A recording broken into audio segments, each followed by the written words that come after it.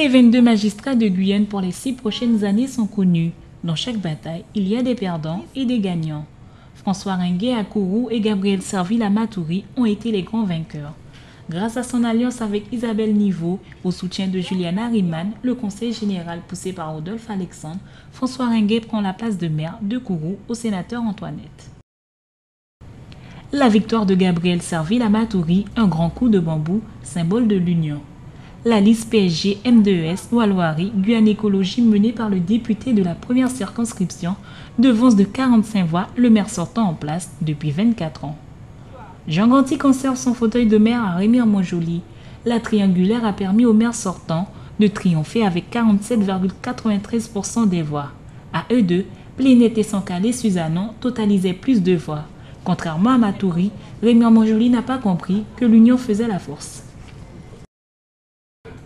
À Awala Mapo, Jean-Paul Ferreira conserve son fauteuil de maire ainsi que Gilles Adelson à Makoria.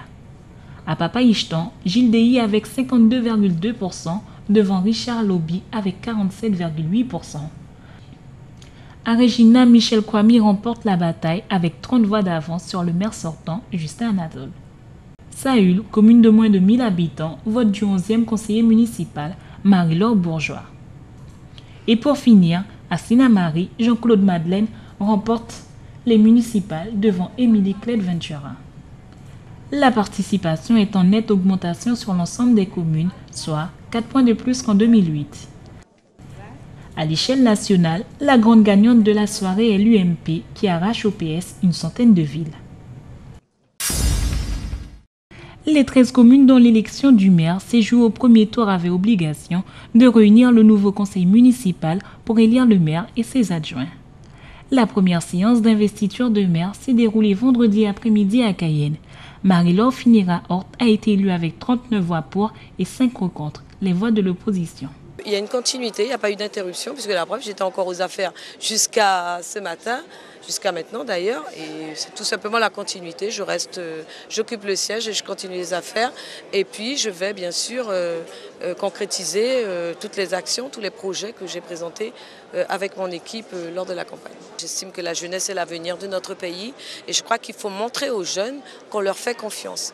C'est vrai que notre Benjamin a 24 ans, il est adjoint au maire, chargé de la jeunesse, je vous le dis déjà. Il sera l'interlocuteur de tous les jeunes des différents quartiers, parce que comme je le disais quand j'étais en campagne, peut-être que moi j'ai un langage de mère de famille. C'est vrai qu'il me voit comme une maman, alors que lui, il a certainement le langage plus approprié, même si moi, j'arrivais quand même à obtenir des choses de cette jeunesse que je rencontrais. J'estime que nous avons tous été élus au suffrage universel et que nous devons prouver, en tout cas à la population cayennaise, que nous sommes capables de travailler ensemble. Samedi, les mêmes cérémonies se sont déroulées à Roura, Mana, Apatou, Montigny, Tony-Grande, Maripasoula, Saint-Georges, Ouanari et Saint-Élie, Grand-Santi, Camopi.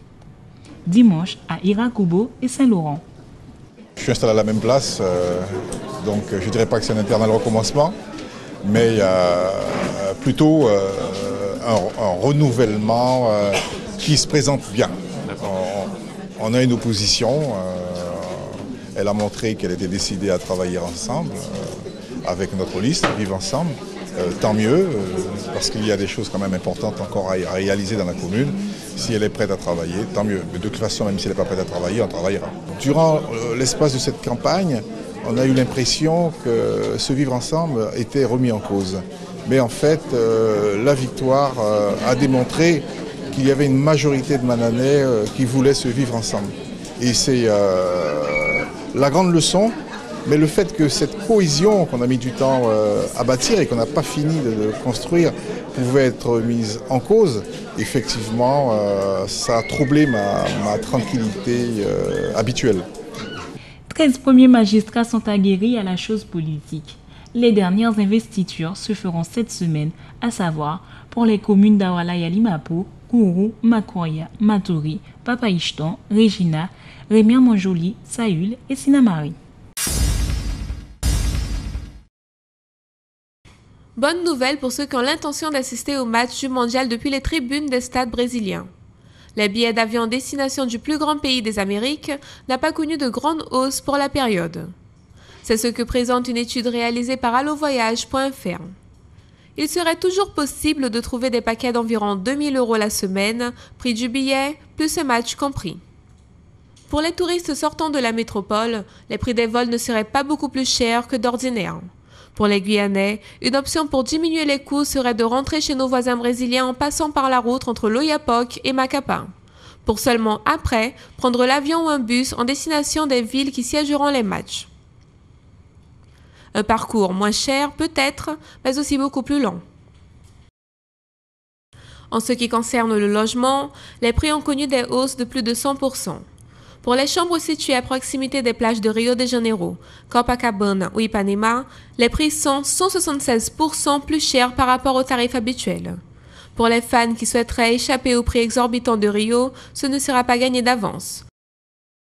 À Belo Horizonte, où se situe un des 12 stades du mondial, une chambre dans un hôtel 4 étoiles pour le jour de la demi-finale coûte environ 500 € au lieu de 115 € habituels.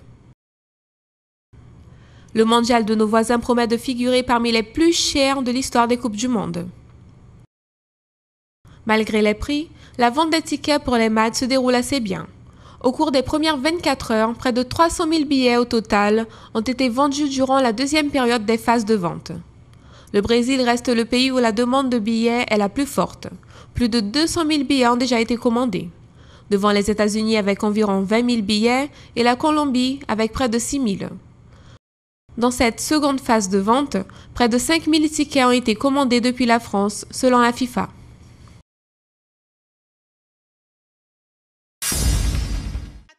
Claudia Tagbo débarque en Guyane pour un One Woman Show qui sûrement égayera les quelques esprits déçus des résultats des municipales et donnera plus de joie à ceux qui sont à l'heure de gloire. C'est quand même un premier spectacle, donc je me raconte un peu. Et les sujets abordés dedans c'est plutôt très très général. Et ça parle un peu de notre société, de moi beaucoup, puisque voilà, je me raconte donc de ma famille, de comment je suis arrivée en France, des rapports hommes et femmes. Voilà, je taquine beaucoup les hommes. Voilà. Depuis que je suis toute petite, je voulais être comédienne effectivement, et je fais partie des gens qui ne cloisonnent pas. Je trouve que être comédien, c'est transmettre. Donc là, en ce moment, je transmets la couleur de l'humour, mais s'il y en a qui s'intéressent un petit peu à moi, verront que j'ai fait des films où ce n'était pas spécialement haha, on se fendait pas la poire. En tout cas, j'espérais être au moins à faire mon métier. Voilà, après, là où j'en suis, je ne sais pas du tout où j'en suis, mais en tout cas, moi, je voulais faire mon métier et en vivre. Donc j'en vis, voilà. Donc je suis contente. Avec son spectacle Crazy mis en scène par Fabrice Eboué, la comédienne au sourire omniprésent aborde des thèmes de société, parle d'elle et de son parcours.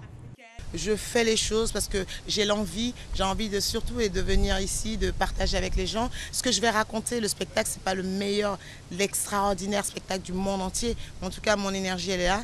Et en tout cas, ce qu'on ne peut pas me reprocher, c'est qu'il y a une envie, en tout cas, d'aller vers les autres. Donc après, celui qui pense que faire pour faire, ça n'a aucun sens et tout, je lui dis, si tu as trouvé du sens à ton truc, tant mieux pour toi.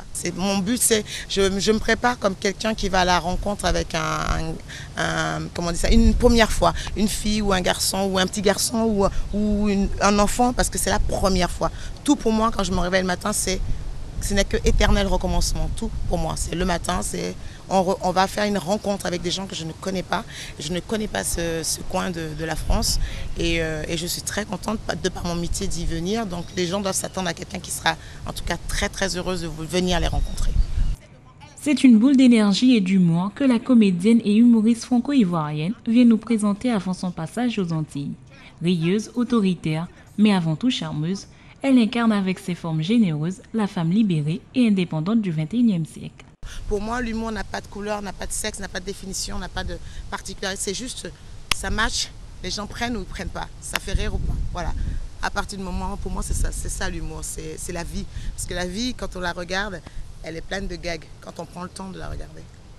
La pile électrique de Jamel Comedy Club donne de son humour. À la fois rire de la femme et la salue, le tout en jonglant entre humour dans ses chants. Crazy, 1 heure de rire en semaine. Un vrai show, peut-être à l'américaine.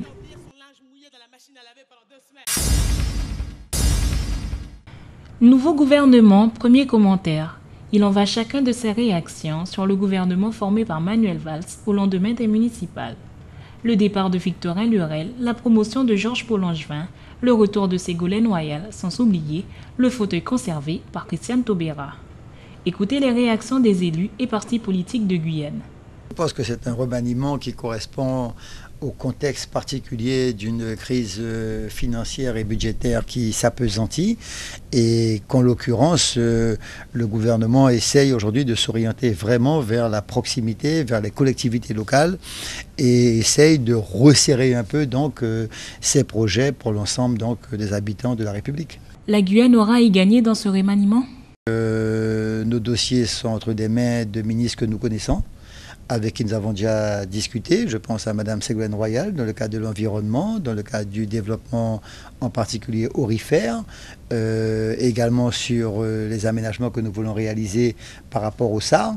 C'est une personne que nous avons déjà rencontrée, moi personnellement, des dossiers qu'elle connaît. Elle n'était pas encore au ministère qu'on a gardé donc cette relation. Elle nous a beaucoup aidé sur la BPI. J'espère, moi, travailler pour la République et pour mon pays. Je n'apprécie pas la qualité ou l'identité des femmes et des hommes qui sont dans ce gouvernement. C'est l'engagement, le respect des engagements pris par notamment le président de la République lui-même et des différents gouvernements, puisqu'aujourd'hui nous en sommes au deuxième, qui importe pour moi.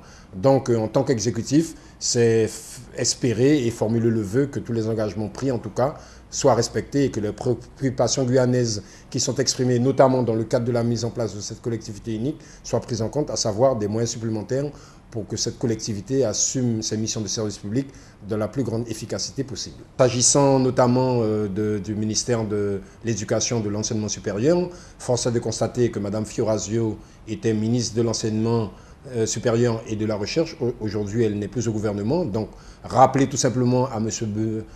Benoît Hamon qu'il y a des engagements qui ont été pris par son prédécesseur et qu'il y a lieu de les respecter. Donc, ce qui me semble essentiel, c'est de savoir comment ce gouvernement va répondre de façon objective et efficace aux différentes problématiques qui se posent donc à la société française, le chômage, l'emploi, le redressement de l'économie.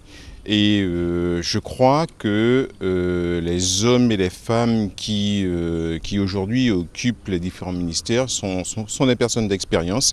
Il faut espérer effectivement que les choses bougent dans le bon sens en fait. Le changement était nécessaire dans la mesure où la population, lors des municipales, a montré un certain désaveu de la politique gouvernementale.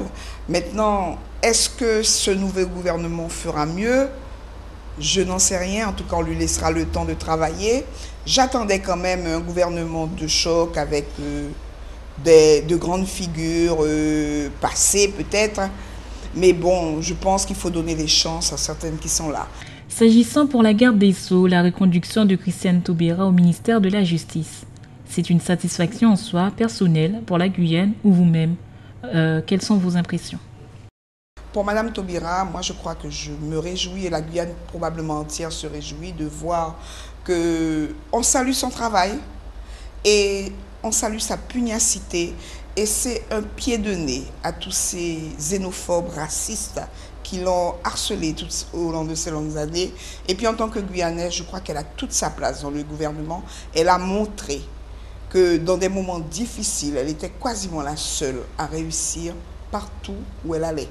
16 ministres contre 38 dans l'équipe sortante en attendant la nomination du secrétaire d'État supplémentaire, avec une parité parfaite, 8 femmes, 8 hommes. Une partie de l'opinion publique souhaitait le départ de Victorin Lurel et c'est chose faite. L'ancien ministre des Outre-mer pourra d'ores et déjà se consacrer à sa Guadeloupe en vue des régionales de 2015. Je salue le départ de M. Lurel. Je crois que M. Lurel n'a pas été véritablement le ministre que nous attendions pour l'Outre-mer. Je ne sais pas si Mme Paul-Angevin sera meilleure parce que l'écoute de l'Outre-mer n'est pas suffisante pour permettre à l'homme du gouvernement qui veut suivre ce que le gouvernement veut faire, de nous écouter vraiment et de prendre en compte nos besoins réels sans y ajouter un peu de sa part de vision lointaine. Georges Paul-Angevin, la nouvelle ministre des Outre-mer, n'aura pas la tâche facile. Plutôt novice en matière économique, la succession risque d'être épineuse. Elle va devoir adapter aux Outre-mer le pacte de responsabilité et le pacte de solidarité. Il faudra que nous lui reportons les dossiers je le rappelle, la BPI, l'aide à l'artisanat, l'aide au développement économique, qu'elle puisse nous aider sur le SAR, puisque prochainement nous allons donc déposer le SAR au Conseil d'État, nous aider également sur la prospection aurifère. Je vous rappelle qu'il y a de grandes sociétés internationales qui ont frappé aux portes de la Guyane en préservant toutes les normes environnementales et qui sont prêtes à un vrai développement endogène de la Guyane. Nous avons le secteur de la pêche, des filières agricoles, du tourisme. Bref, j'entends avoir un interlocuteur qui fasse avancer la Guyane et qu'on ait une seconde locomotive maintenant à la base spatiale. Peu importe les hommes ou les femmes, tout ce qui compte, c'est le respect des engagements pris aussi bien par le président de la République et donc à travers un gouvernement qui est appelé à mettre en œuvre la politique qu'il a décidée, aussi bien pour la France que pour les autres. Comment payer moins d'impôts? Une question qui déchaîne les foules. En effet, en tant que Français, nous sommes fortement imposés avec toute une ribambelle d'impôts. Les gouvernements successifs ont été particulièrement inspirés quand on voit toutes les taxes qui ont été créées. L'AGA, l'association de gestion agréée, accompagne depuis plus de 30 ans les professions libérales dans leur démarche de réduction d'impôts. Une conférence ouverte à l'ensemble des professionnels et aux futurs entrepreneurs libéraux se déroule en ce moment à la CCIG. L'association de gestion agréée est une association agréée par les services fiscaux pour apporter leur aide aux professions libérales au niveau de la tenue de leur comptabilité, en apportant des conseils, de la formation éventuelle, mais surtout on leur permet de bénéficier du fait de leur adhésion à une association de gestion agréée, on leur permet de bénéficier d'avantages fiscaux et notamment une non-majoration de leur base imposable, majoration qui est de 25%, donc une adhésion non négligeable en termes d'économie d'impôt. L'association de gestion permet de réaliser des économies d'impôts en bénéficiant d'avantages fiscaux, comme la non-majoration de 25% du bénéfice imposable, mais aussi de mieux appréhender la gestion comptable de votre entreprise, en fournissant une analyse pertinente de votre activité. Cette conférence intéresse particulièrement les professions libérales déjà en place, mais aussi les futurs chefs d'entreprise qui veulent rentrer dans le domaine des professions libérales. Alors, nous avons déjà une centaine d'adhérents en Guyane qui font partie de notre association. Il y a des médecins, des infirmiers, des architectes, des conseils, mais le domaine des professions libérales est très vaste. Ça peut comprendre donc des agents commerciaux, des conseils en entreprise, voire même des cartomanciens, puisque en réalité la profession libérale comprend l'ensemble des professions qui travaillent essentiellement à partir de l'intellect dans les services qu'ils proposent à leurs clients. Toutes les professions libérales exerçant en entreprise individuelle peuvent adhérer à l'AGA et réduire automatiquement leurs charges fiscales. Les professions de santé comme les infirmières, les sages-femmes, les métiers de conseil, d'expertise, les avocats, les architectes. Aujourd'hui, plus de 1200 adhérents ont rejoint l'AGA. La Semaine du développement durable est un rendez-vous annuel qui se déroule du 1er au 7 avril. Différentes manifestations sont organisées sur tout le territoire français. C'est dans ce cadre que DF Guyane a mis en place 2 rendez-vous. Le premier a eu lieu le lundi à Kourou et aujourd'hui c'était au tour des habitants de Montjoly de recevoir des informations et quelques conseils sur le sujet. C'est être plus proche du client, c'est apporter des conseils un petit peu ludiques, leur faire passer des messages de façon beaucoup plus simple, plus claire et de venir vers eux parce que les gens ne sont pas forcément au sein des agences EDF s'ils n'ont pas une facture à régler régulièrement, s'ils sont en prélèvement automatique, ils n'ont pas forcément besoin de se déplacer. Donc nous, c'est aussi nous rendre proches du client. Alors les agences clientèle respectives de Cayenne, Kourou, Matoury et Saint-Laurent, auprès des conseillers clientèle qui sont sur les agences, sont à même et en mesure de conseiller les clients au cas par cas. Le développement durable prend en compte l'économie, mais aussi les aspects environnementaux et sociaux, qui sont liés à des enjeux de long terme. Cette forme de développement vise à répondre aux besoins du présent sans compromettre la capacité de générations futures. Pour cela, chaque geste du quotidien est important. Gagner des économies d'énergie, ça se passe par deux voies. La première, c'est bien s'équiper, bien acheter son équipement, que ce soit électroménager, audiovisuel, climatiseur. Mais ça aussi, ça passe par les gestes, ce qu'on appelle les éco-gestes, c'est-à-dire les bons usages. Donc dès lors qu'on s'installe bien et on utilise les bons gestes, on peut vraiment, réellement économiser sur sa facture d'électricité. Ah oui, les gens ils sont super contents, ça change l'image de EDF qui vient juste pour la facture, on vient vers eux, il y a la proximité et ça c'est vraiment agréable. Et puis ça change aussi notre métier, donc c'est intéressant pour les clients mais c'est intéressant aussi pour nous les agents d'EDF. La rencontre a compté avec la présence de la CAF Guyane, de la CCIG, de l'espace Info Énergie, de la Croix-Rouge et de la région. Alors la région, dans la semaine du développement durable, on vient présenter les projets que la région finance, organise, qui prennent en compte le développement durable. D'ailleurs, un exemple qu'on a concrètement, c'est la mission environnement. En fait, ils organisent un petit concours de dessin pour toutes les écoles primaires de Guyane, qui se déroulera donc du 1er au 17 avril. Donc une invitation est envoyée en fait à toutes les écoles pour qu'elles puissent participer sous la forme par exemple d'un dessin, quelque chose de très simple qui prenne en compte l'environnement. Donc le titre du concours c'est Petites mains actives pour une Guyane sans déchets. À la région même en fait pour qu'on puisse devenir exemplaire. Donc nous avons commencé par exemple avec le tri des piles. Nous avons une borne pour récupérer les piles, nous avons une borne pour récupérer le textile. Nous essayons de faire attention pour des petits gestes simples comme éteindre la lumière, éteindre la clim. Voilà, plein de petites actions comme ça pour prendre en compte en fait vraiment le développement durable, même sur notre lieu de travail.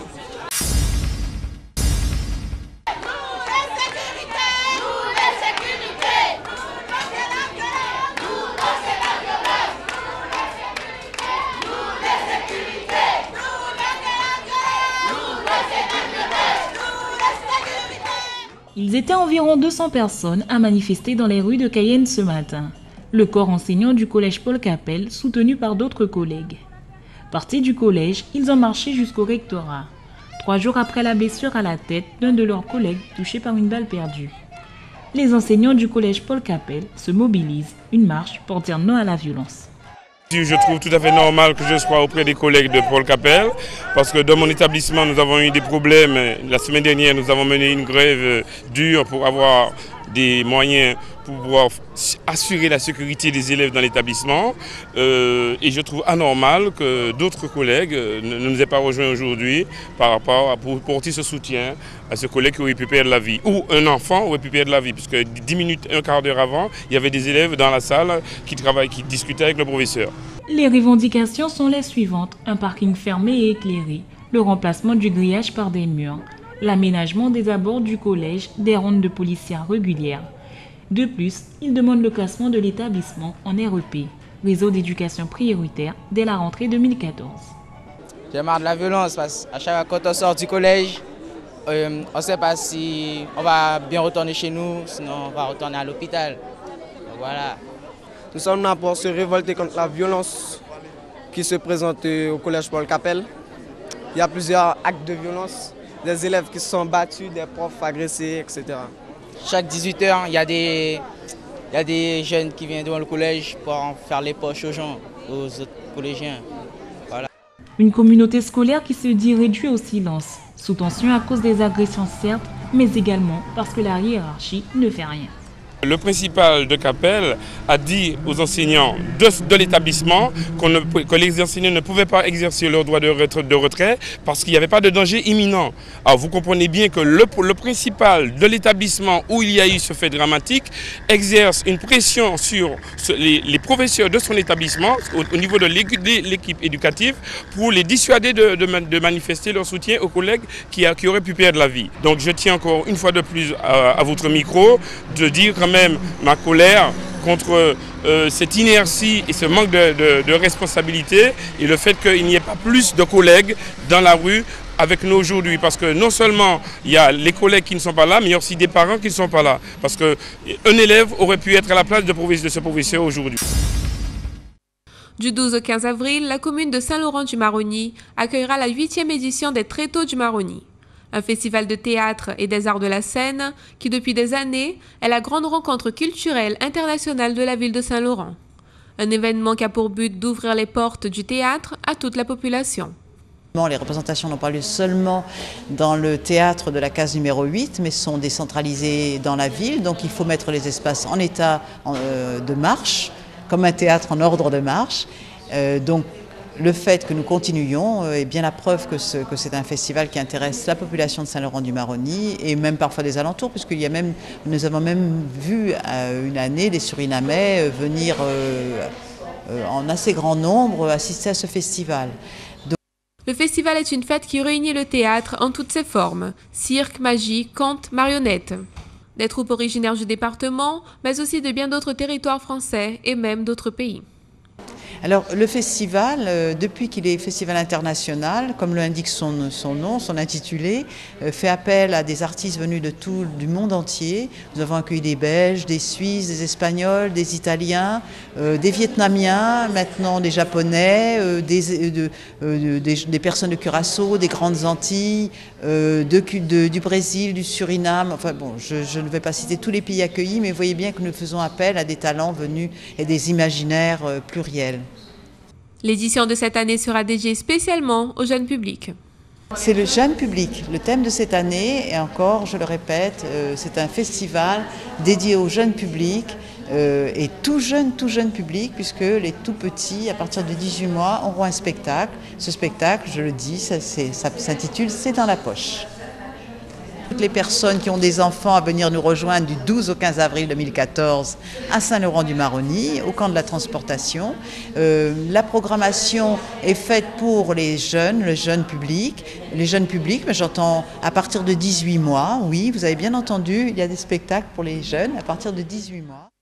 Le festival Les Tréteaux du Maroni comptera avec la présence du groupe de comédie musicale et de magie venu du Japon, Magical Mystery Tour, mais aussi de 4 autres pièces théâtrales, Les Voleurs du Soleil, Peter Pan, Uma et la Montagne au Secret, ainsi qu'une pièce dédiée aux moins de 18 mois, intitulée «